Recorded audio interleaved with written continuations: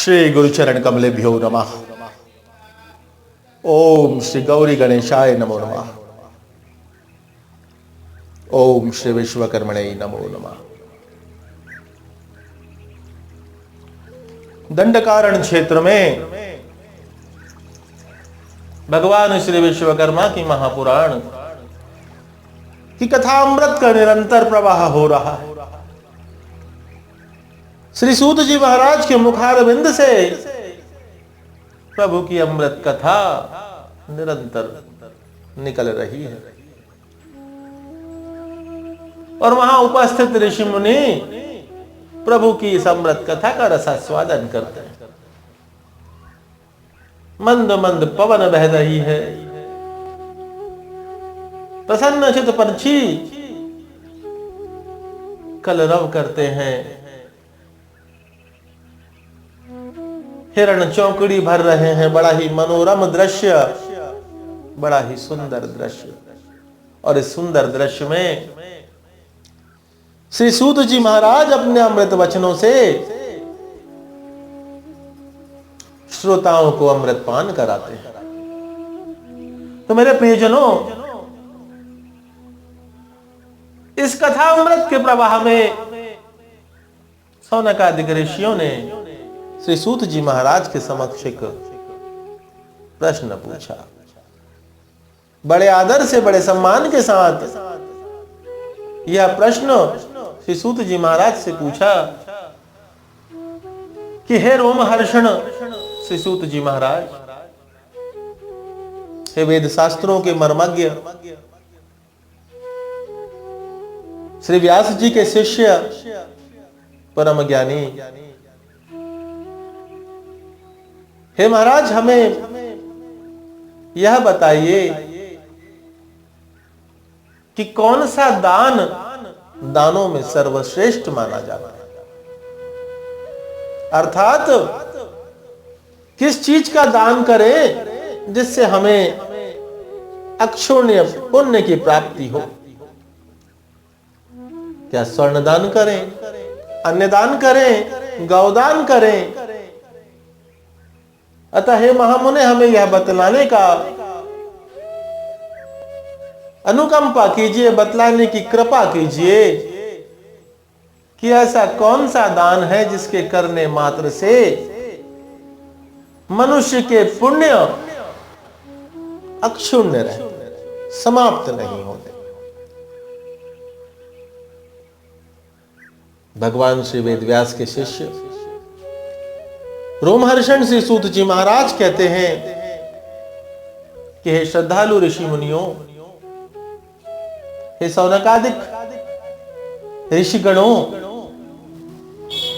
दानों में सर्वश्रेष्ठ दान है कन्यादान।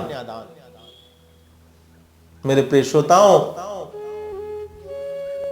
इस हेतु मैं कथा का वर्णन करता हूं। सत्यचित्त सावधान होकर इसे श्रवण कीजिए। श्री सूत जी महाराज कहते हैं कि एक समय की बात है जब देवराज इंद्र ने इंद्रलोक में एक महोत्सव का आयोजन किया। इस महोत्सव में सभी देव समाज को आमंत्रित किया गया। सपरिवार देव समाज वहां उपस्थित हुए। नृत्य आदि का आयोजन किया गया। देवताओं के लिए यथोचित स्वागत सत्कार की व्यवस्था की गई, पेय पदार्थ की व्यवस्था की गई, इत्यादि इत्यादि अन्य प्रकार की व्यवस्थाओं में देवता प्रसन्न हो गए।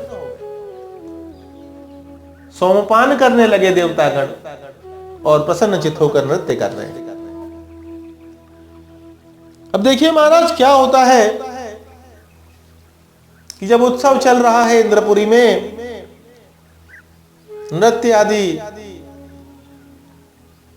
सभी देवतागण अपने परिवार के साथ नृत्य कर रहे हैं, तभी काशीपुरी में निवास करने वाला एक ब्राह्मण तपस्वी अपनी तपस्या के बल पर देवराज इंद्र से मिलने के लिए देवपुरी में, इंद्रपुरी में पहुंचते हैं। तपस्वी हैं, साधक हैं, अपनी साधना के बल पर देवराज इंद्र से मिलने के लिए इंद्रपुरी में पहुंच जाते हैं। यहां इंद्रपुरी में उत्सव का माहौल है, उत्सव चल रहा होता है।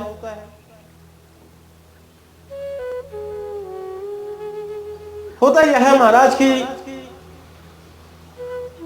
भगवान सूर्य अपनी पत्नी छाया और संध्या के साथ नृत्य कर रहे होते हैं। नृत्य करते हुए विवशवान सूर्य का धक्का देवी संध्या को लगता है और संध्या उन ऋषिवर पर गिर जाती है।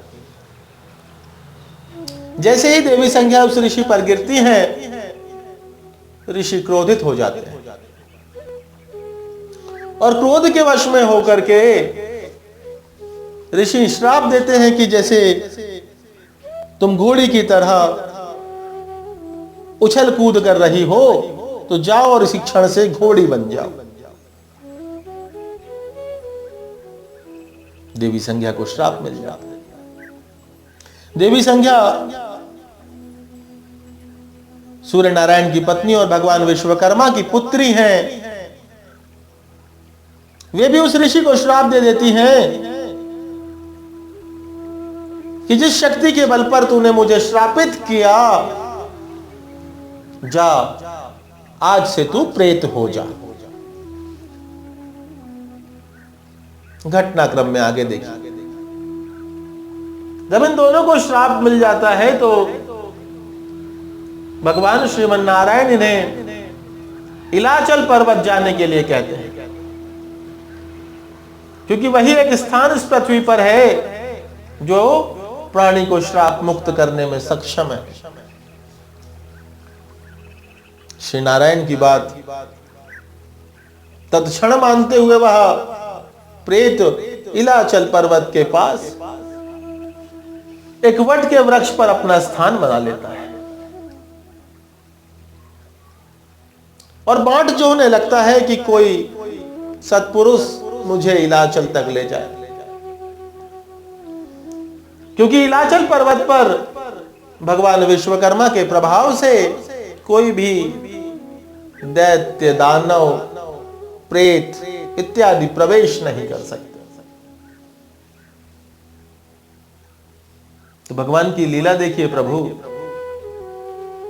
कि एक दिन ब्रह्मर्षि द्विजदेवा भ्रमण करते करते इलाचल की तलहटी पर पार करते हुए उस वट वृक्ष तक पहुंचते हैं, जहां कोमल हृदय ब्रह्मर्षि द्विजदेवा इस प्रेत से भेंट होती है। प्रेत अपनी सारी कथा द्विजदेवा को बताते हैं। तब ब्रह्मर्षि द्विजदेवा इस प्रेत को अपने साथ ले लेते हैं और उन्हें इलाचल पर्वत पर प्रवेश कराते हैं। इलाचल पर्वत पर प्रवेश करते हैं और ब्रह्मर्षि द्विजदेवा के कहने पर यह प्रेत विश्वकुंड में डुबकी लगाता है।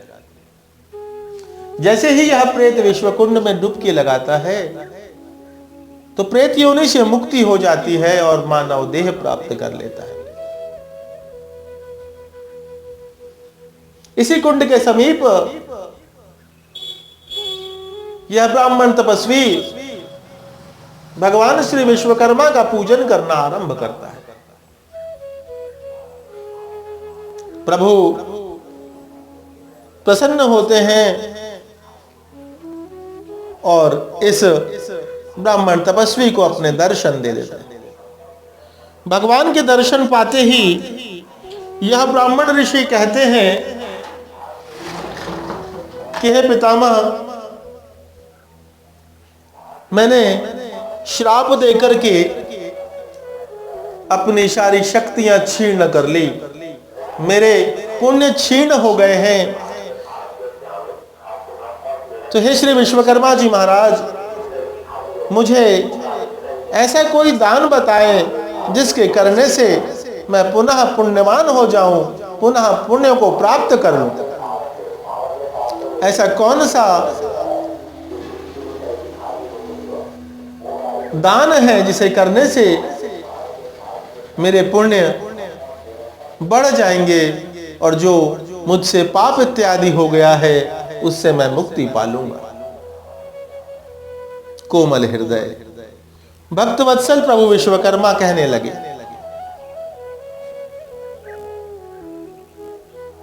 कि हे विप्रवर, दानों में सर्वश्रेष्ठ दान है कन्यादान। जिस दान के करने से मानव इस लोक में और परलोक में, दोनों ही लोक में पुण्य अर्जित करता है। कौन सा दान? कन्यादान। महाराज, कलयुग की विडंबना देखिए। मां बाप पहले ही जाकर के परीक्षण करवा लेते है ना, कि भैया गर्भ में क्या है? बालक है क्या? बालिका। आगे इस विषय की ओर नहीं जाऊंगा मेरे प्रियजनों, परंतु एक बात यथार्थ कहना चाहता हूं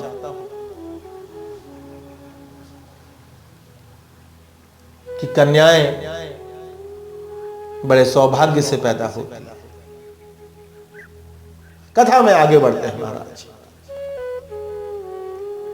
तो प्रभु श्री विश्वकर्मा ने कह दिया कि दानों में श्रेष्ठ दान कन्यादान है। अब यह ब्राह्मण ऋषि हाथ जोड़ के भगवान के सामने नतमस्तक होगा कि प्रभु मुझे एक कन्या दे दीजिए, मुझे एक कन्या दे दीजिए। भगवान विश्वकर्मा असमंजस में पड़ जाते हैं कि हे ब्राह्मण देवता,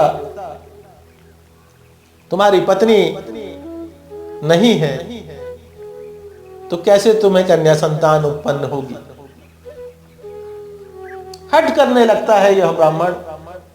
तब भगवान कहते हैं कि हे विप्र, तथास्तु, अर्थात तुम्हें एक कन्या अवश्य ही प्राप्त होगी।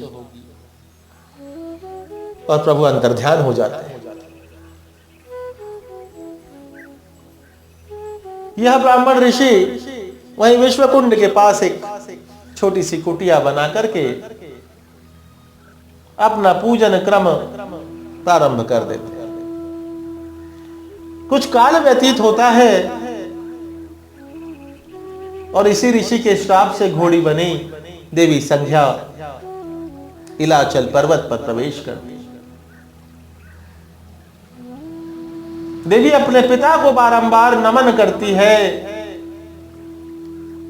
और अपने पिता भगवान श्री विश्वकर्मा की पावन छवि को अपने मन में बसाकर विश्वकुंड में छलांग लगा देती है। जो ही देवी संध्या विश्वकुंड में छलांग लगाती है तो वह इस घोड़ी की योनि से मुक्त होकर पूर्व रूप में अपने स्वरूप में पुनः वापस आ जाती है। अपने पूर्व रूप में आते ही देवी संध्या अपने पति विवशवान भास्कर का ध्यान करने लगती है, आग्रह करने लगती हैं कि हे सूर्यदेव, अब मुझे अपने साथ रख लीजिए। उसी कुंड में खड़े होकर के देवी प्रार्थना करती है।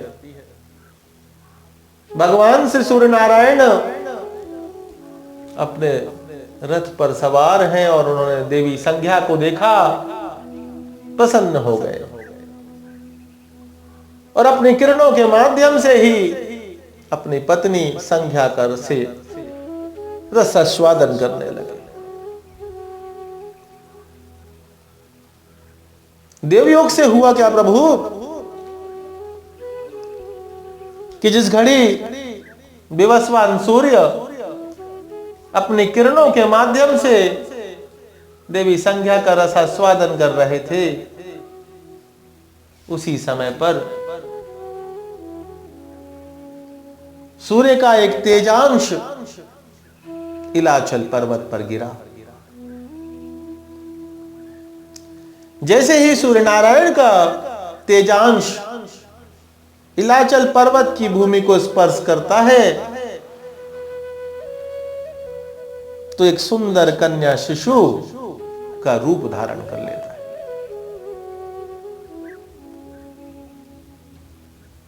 एक सुंदर कन्या शिशु का रूप धारण कर लेता है। सूर्यांश, तो ये कन्या हुई सूर्यांशी। देवी संध्या कुंड से बाहर आती हैं, अपने पति को प्रणाम करती हैं और उस कन्या को गोद में ले लेती हैं। उसी क्षण वे ऋषि भी वहां पहुंचते हैं, देवी संध्या को प्रणाम करते हैं। देवी संध्या ऋषि को प्रणाम करती हैं, क्योंकि दोनों की भेंट इंद्रपुरी में हो चुकी थी, अतः वो दोनों ही एक दूसरे से परिचित थे। तब ये ब्राह्मण ऋषि देवी संध्या को भगवान श्री विश्वकर्मा के द्वारा कहे गए वचनों को बताता है। देवी संध्या उस कन्या को, सूर्यांशी कन्या को, इन ब्राह्मण देवता को सौंप देती है और अपने पति के साथ सूर्यलोक वापस आ जाती है।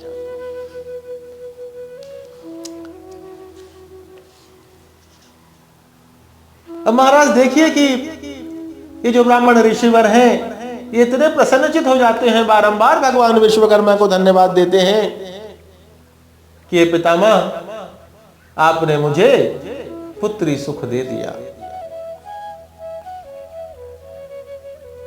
ये ब्राह्मण अपने नगरी काशीपुरी की ओर प्रस्थान करते हैं, जहां पर इस कन्या का, सूर्यांशी कन्या का पुत्रीवत पालन पोषण करते हैं, योग्य शिक्षा और संस्कार प्रदान करते हैं। क्या करते हैं प्रभु? शिक्षा और संस्कार। हर पिता का यह दायित्व होता है मेरे प्रिय श्रोताओं, कि वह अपने संतानों को शिक्षा और संस्कार दे। संस्कारित संतानें ही भविष्य में फलित होती।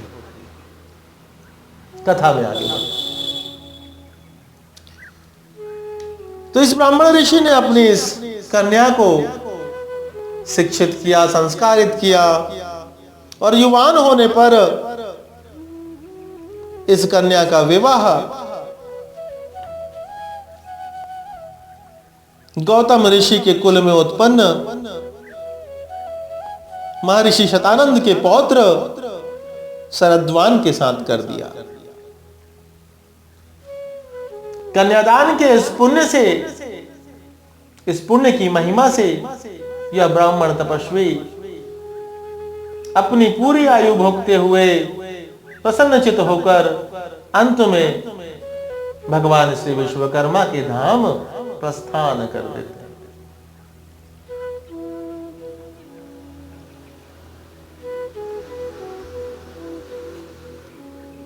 अतएव मेरे प्रिय श्रोताओं, कन्या बड़े भाग्य से मिलती है। बड़ा सौभाग्यशाली होता है वह पिता जिसकी संतान में कन्या संतान होती है, क्योंकि कन्या होगी तभी ना कन्यादान कर पाओगे, और कन्यादान करोगे तभी तो परम पद के हकदार बन पाओगे। तो मेरे प्रिय श्रोताओं, इस कथा में हमने श्रवण किया किस तरह कन्यादान की महिमा से यह ब्राह्मण ऋषि अंत में भगवान विश्वकर्मा के परम धाम में पहुंचकर प्रभु के श्री चरणों में लीन हो गया। आज की कथा में बस इतना ही। अगली कथा में प्रभु के और दूसरे अन्य चरित्र का श्रवण करेंगे। प्रभु विश्वकर्मा सभी का कल्याण करे। बोलिए हृदय से एक बार ओम श्री विश्वकर्मणे नमः।